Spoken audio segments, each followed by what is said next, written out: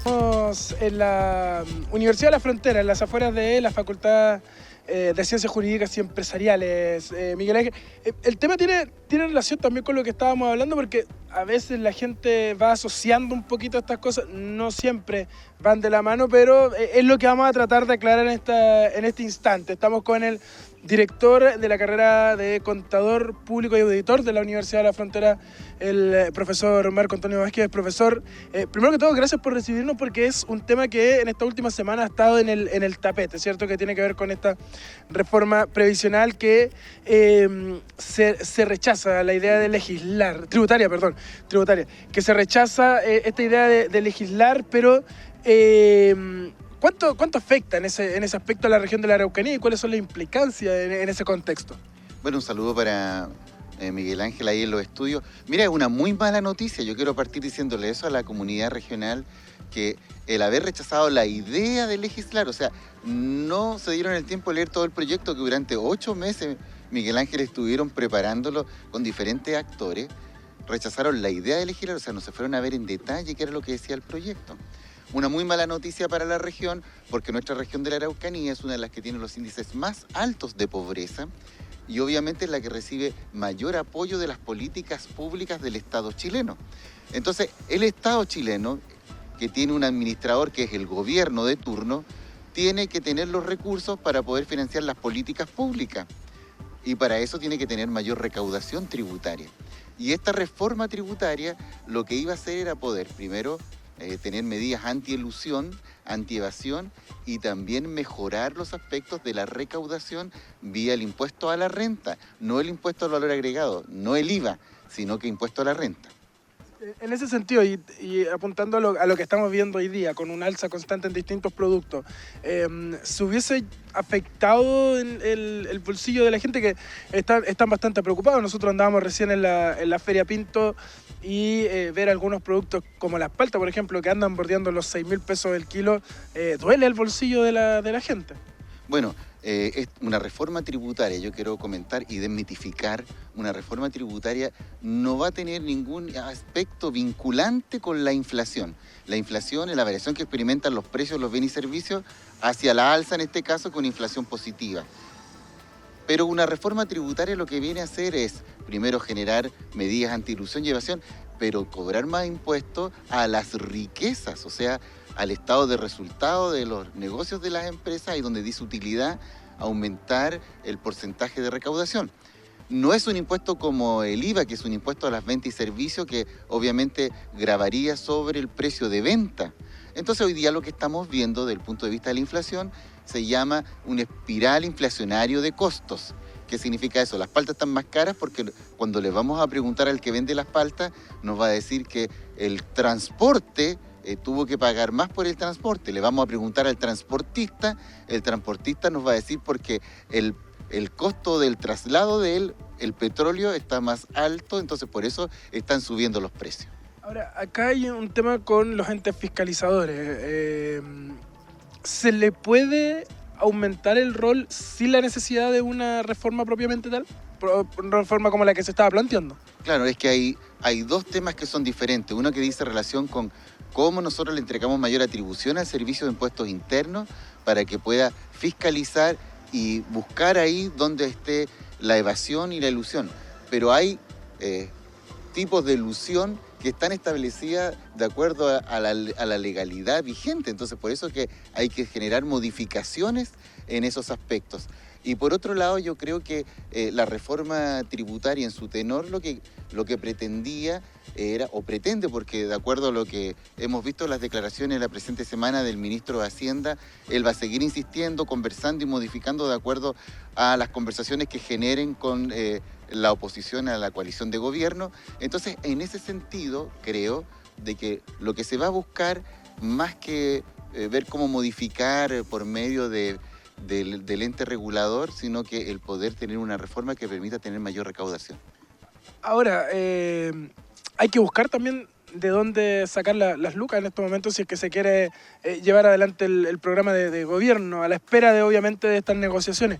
¿Qué sería lo más adecuado?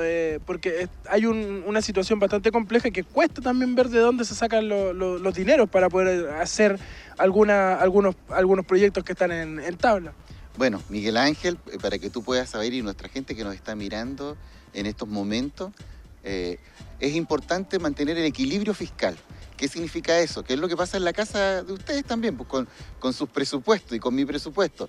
Tengo los ingresos y tengo los egresos. Los ingresos son por mi remuneración y los egresos son los gastos que tengo en la casa. Pues bien, el Estado y el gobierno tienen lo mismo, tiene ingresos y tiene egresos. Entonces, lo que tiene que hacer hoy día, en este momento, dada la realidad, el Poder Ejecutivo, puntualmente el gobierno, es apretarse un poquito el cinturón, paralizar un poquitito los proyectos que tienen con tanto anhelo, como era la pensión garantizada universal, cómo mejorar el tema de la salud pública o la famosa reforma del sistema de pensiones. Va a tener que esperar mientras no hay un acuerdo fiscal que permita tener mayor recaudación. En estos momentos no hay de dónde sacar los dineros. No, pues lo que tendría que hacer es que el Estado chileno se endeude, que lo puede hacer porque tiene un buen indicador de riesgo. El riesgo país es bastante bajo. Los inversionistas hace 3 semanas salieron hablando en diferentes foros de que Chile es un país con bajo riesgo, bueno para poder invertir, pero obviamente a nadie le gusta endeudarse porque nos endeudamos todas y todos los chilenos. Efectivamente, ahí se genera otro problema. Miguel Ángel, te escucho. Sí, Carlos, porque a propósito de eso, lo que él dice, que a lo mejor el gobierno debería bajarle un poco el pie al acelerador en ciertas reformas. En ese aspecto, él comparte lo que se está planteando desde el ámbito político de la centroizquierda y particularmente la concertación en orden a que el gobierno cambie su plan de gobierno y de esta manera se ajuste a lo que tiene para poder responder a la demanda nacional, esperando tener una reforma tributaria adecuada para de ahí ejecutar ese plan que establecía. Me pregunta Miguel Ángel desde estudio si usted está de acuerdo o en desacuerdo de algunas opiniones desde la centroizquierda a raíz justamente de eso, de bajar un poquito el pie del acelerador con algunas medidas y realizar quizá un cambio en el plan de gobierno a la espera de que salga esta reforma tributaria. En algún momento irá a tener que salir para poder buscar los dineros. Claro, una cosa es la expectativa y otra cosa es la realidad. Y en Chile estamos muy conscientes de eso. Obviamente la coalición de gobierno presentó un proyecto, un programa que fue en las urnas autorizado por la ciudadanía porque ganó la coalición gobernante, el presidente Boric, pero hoy día él se ve enfrentado a que no va a disponer de los recursos. Por eso, entre temas que han salido el día de hoy en los medios de comunicación, la presidenta nacional del Partido Socialista indica que hay que hacer como un ajuste, hay que ver, yo creo, la expectativa versus la realidad, qué es lo que hoy día realmente se puede hacer, porque quiero contarles un poquito de educación cívica a nuestros vecinos que nos están en estos momentos viendo, de que cuando una coalición de gobierno establece un programa de gobierno y tiene sus líneas de acción, obviamente tiene que pensar en el otro lado y mirar al legislativo, porque el ejecutivo es el que propone proyectos de ley, pero el que es responsable de generar eso es el poder legislativo. Y si no tiene mayoría en el poder legislativo, obviamente va a pasar esto, que van a tener que llegar a ciertos acuerdos y bajar un poquito las expectativas y atenerse a la realidad para poder seguir avanzando en el desarrollo de su programa de gobierno. Respecto a lo otro que le preguntaba, que tiene que ver, y que usted algo mencionaba con esto, que habla de la inflación y los números que están bastante altos, ¿cuál es la recomendación a la gente, al ciudadano que en el día a día tiene que andar rebuscándose, usted decía, viendo ahí, calculando ingresos, egresos, pero cuál es la recomendación que le haría usted al ciudadano en estos momentos? Bueno, la primera recomendación que yo daría es que nos apretemos el cinturón, esperemos, si bien es cierto, el 2022 terminó bastante bueno desde el punto de vista económico, o sea, con buenas proyecciones. El 2023 también partió con buenas proyecciones. Chile va a tener crecimiento económico, pero va a ser un crecimiento bastante bajo en el primer semestre. Hacia el segundo semestre vamos a mejorar y el próximo año vamos a tener mejores expectativas. yo recomendaría estar atento, estar siempre alerta a lo que va a pasar en los medios, no endeudarse. Yo recomendaría no endeudarse porque uno tiene la tarjetita de crédito, el plástico, y dice mejor me voy endeudando, pero la tasa que estás pagando, el CAE, que estás pagando por ese endeudamiento de la tarjeta de crédito es muy alto. Entonces, veamos cómo podemos ir ajustando algunos gastos, hay que ir bajando. Si tengo un programa de tantos minutos, bajo un poquitito. Si tengo una señal de internet de tanto, la bajo por un tiempo, mientras voy adecuando mi flujo de caja que me permita estar bien y no tener que caer en endeudamiento. Eso es lo importante y el mensaje, Miguel Ángel, en estos momentos. No sé si tiene alguna consulta más desde estudio. Sí, hay un interesante, bueno, hay un debate inmenso, voy a leer después los comentarios que hay, pero Eugenio Carinado me dice, la quiebra de los bancos en Estados Unidos, ¿tienen alguna repercusión en la economía chilena y cuál sería desde el punto de vista de lo que nos plantea Marco Antonio? La gente, estos temas les gustan mucho a la gente, de hecho ya está comenzando a debatir en nuestro fanpage y preguntan respecto también a lo que tiene que ver con las alzas de precios en paralelo, pero lo que está pasando en Estados Unidos, ¿tiene implicancia en nosotros o a lo mejor no es tanta? ¿Cómo funciona ahí un poquito en eso, profesor? Sí, vamos a tener un problema, pero ya yo creo que estamos ya en el primer trimestre, a finales del segundo trimestre podemos tener algún efecto, claro, porque hay bancos en Estados Unidos que han solicitado la quiebra, Silicon Valley también está teniendo problemas porque no tienen flujo de inversión. Entonces, hoy día tienen que, estas grandes empresas y corporaciones y compañías tienen que repensarse y replantearse el nuevo escenario post pandemia, que generó un cambio profundo, el aumento de la tecnología, etcétera. Entonces, ¿qué es lo que tenemos que hacer en torno a eso?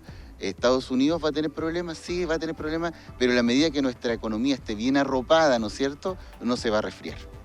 O sea, eso es lo importante, estamos en un escenario menos malo de lo que podríamos pensar. Exactamente, y va a depender entonces de cómo se vayan manejando las expectativas, cómo se vaya controlando el gasto. Yo creo que es importante que cada uno de nosotros sepa cómo ajustar sus gastos. Yo les recomendaría eso, que lo mismo va a hacer el gobierno, seguramente va a establecer medidas contracíclicas. ¿Qué significa eso? Cuando nosotros nos apretamos el cinturón, el Estado tiene que salir con más recursos, con proyectos de inversión pública que permitan generar empleo. Eso Carlos, es lo que se tiene que enfocar ahora, Miguel Ángel. Sí, finalmente, desde este lado, la pregunta del millón. Aquí me dicen, queremos nuestro 10%, que es uno de los temas que nuevamente comienza a levantarse por algunos sectores políticos en el Congreso Nacional. ¿Sabes qué? Eso lo estábamos hablando antes de salir al aire con el profesor, y yo creo que ya sabe hacia dónde voy. Que pregunta a la gente, ¿se ha reactivado esta idea de un sexto retiro? Sí. ¿Qué tan dañino sería para la economía un nuevo retiro o qué tan beneficioso sería también? Están las dos opciones, pero ¿cuál es la opción más concreta en este sentido? Mira, yo creo, y ahí para que todos nuestros televidentes también tengan una impresión, que es mi opinión, yo creo que lo que deberíamos hacer es que el Estado tiene que seguir con su enfoque focalizado en aquellas personas que están teniendo más problemas el día de hoy. O sea, estoy hablando de cómo voy a ir con un bono focalizado hacia un grupo de personas que hoy día lo está pasando mal. Y por otro lado, entonces, esta lógica del retiro genera mucho dinero que va a estar circulando en la economía. ¿Qué significa eso? Claro, porque yo voy a sacar mi retiro, voy a tener platita y empieza a haber mayor cantidad, le llaman de circulante en la economía. ¿Y qué sucede cuando hay mucho circulante en la economía? Se dispara la inflación. Entonces los productores o los vendedores, como saben que hay plata, empiezan a subir el precio de sus bienes y servicios. Y al subir el precio de sus bienes y servicios, como nosotros vamos a tener platita, vamos a empezar a comprar y se genera ahí un efecto inflacionario que puede traer problemas de corto, mediano y largo plazo para la economía y las familias de nuestro país. Sí, porque cuando suben los productos, después que bajen, cuesta una enormidad. Ahí para subir el mismo día, pero para bajarlo, ahí dejan pasar algunos días. Profesor, muchas gracias por su tiempo, como siempre, y la disposición de poder también tratar de enseñarle a la gente estos temas que muchas veces son complejos para uno entenderlo de manera más simple es muy, muy importante, entendiendo el presente que estamos viviendo como país. Exactamente, yo le hago un llamado entonces a nuestros auditores a que estén atentos a toda la información que salga y que vayan viendo, pero les recomiendo, ajustémonos en un numerito el cinturón, o sea, apretemos un puntito más y empecemos a ver y ordenemos y esperemos las señales del mercado hacia finales del segundo semestre.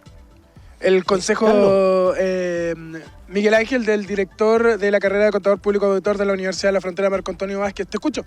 Sí, antes que se vaya Marco Antonio, porque también hay un tema, dicen, y si podemos enfrentar este tiempo difícil de alzas de precios con precios regulados, es decir, que el Estado marque los valores, ¿será positivo considerando la realidad argentina que está en 3 dígitos su IPC, su inflación, y con precios fijados por el Estado? Me voy a empezar a preocupar, Miguel Ángel, porque parece que nos están espiando la llamada, concejal. ¿Por qué? Porque me preguntaron por una propuesta que usted hizo hace un tiempo y que tiene que ver con esto de fijar algunos precios. Sí. ¿Qué tan conveniente sería eso, pensando en la realidad que viven nuestros vecinos argentinos, que no lo están pasando nada bien en estos momentos? Mira, lo conversamos, Miguel Ángel, y yo dije que en un medio de comunicación hace casi un año, porque yo hablé del congelamiento de los precios de cadenas productivas. Entonces uno decía, vamos a congelar el precio del pan, pero yo decía, tenemos que congelar el precio del pan, pero hay que congelar el precio de la harina, el precio del gas, el precio de la levadura. Eso es congelar toda la línea de la cadena productiva, no en el producto final, eso no tiene efecto. Pero en algunos medios me tildaron de que era de extrema y que no tenía sentido y que cómo me iba con soluciones que no correspondían. Yo creo que corresponde, pero ahí entonces donde tiene que haber una superintendencia vinculado al tema de economía que tenga claridad en cómo están gestionándose los procesos productivos, dejar procesos productivos como claves y sobre eso generar una intervención, pero una intervención del Estado, sino una intervención en la cadena productiva y ver cómo el Estado, con sus recursos y sus políticas, puede apoyar a esa cadena productiva de tal manera que nosotros no tengamos la desventaja de tener este aumento de la inflación porque nuestros dineros, para que la gente sepa, su sueldo, su salario, se mantiene constante, estancado y pierde poder adquisitivo. O sea, si yo este mes tenía 150.000 pesos y fui al supermercado, al otro mes voy con los 150.000 pesos y compro menos porque mi dinero se desvalorizó. Y eso es lo que está sucediendo el día de hoy. Ahí la respuesta, Miguel Ángel, a su consulta respecto a la situación. Ahí pudimos hablar de varias cosas con el profesor Marco Antonio Vázquez.